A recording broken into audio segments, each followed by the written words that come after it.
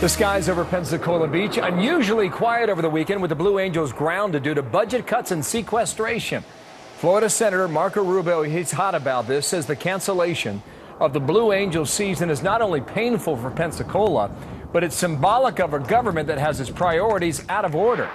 Stephen Moore, senior economic writer, Wall Street Journal, and Stephen, good morning to you. Rubio rather is hot on fire on this, but it seems to be you can take the Blue Angels and think about the cutbacks with Blue Angels, no more shows for now, and really make this bigger in terms of the symbolism for how the federal government made these decisions on what to cut and where. Yeah, I think there's a lot of symbolism here. And remember, we've had a lot of semi-scandals with respect to how the sequester has been handled over the last 3 months. Bill, you've covered these stories, the White House tourism office being closed down. And remember, we had a few days of the air traffic control system being almost ground to a halt, and some of the national parks being either shut down or hours closed. And I think this is the latest in these kind of outrages. You know, I looked at the budget, Bill, for the Blue Angels. It's about a $40 million program. And that's a tiny fraction of, obviously, as you know,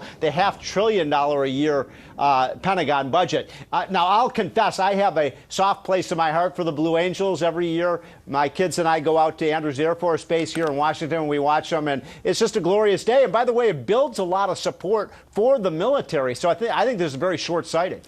This is what Rubio's saying. It costs $28 million, according to his figures. Right. That's less than 1% of the total cuts made to the Navy's operating budget in the 2013 budget year. Yeah, and my point, Bill, is, and I think Senator Rubio agrees with this, is you're cutting one of the most high-profile, popular items of the military. Everybody loves to go see the Blue Angels, and it actually is a kind of dedication to the the great military prowess that we have in this country. I find it to be somewhat of a kind of ploy, a stunt, if you will, by the Obama administration to again bring pressure on Congress to stop the sequester. Well, kind of like the White House tours, then, you would argue. Exactly. It's public, and a lot of people can see it. That's right. And here's the point. Look, I'm very pro-national defense, but I would say this. There is a lot of waste in the Pentagon. I mean, the Pentagon's just a couple of miles from where I sit. You know, it's one of the biggest bureaucracies. They could be cutting some of the bureaucracy. But that's the point.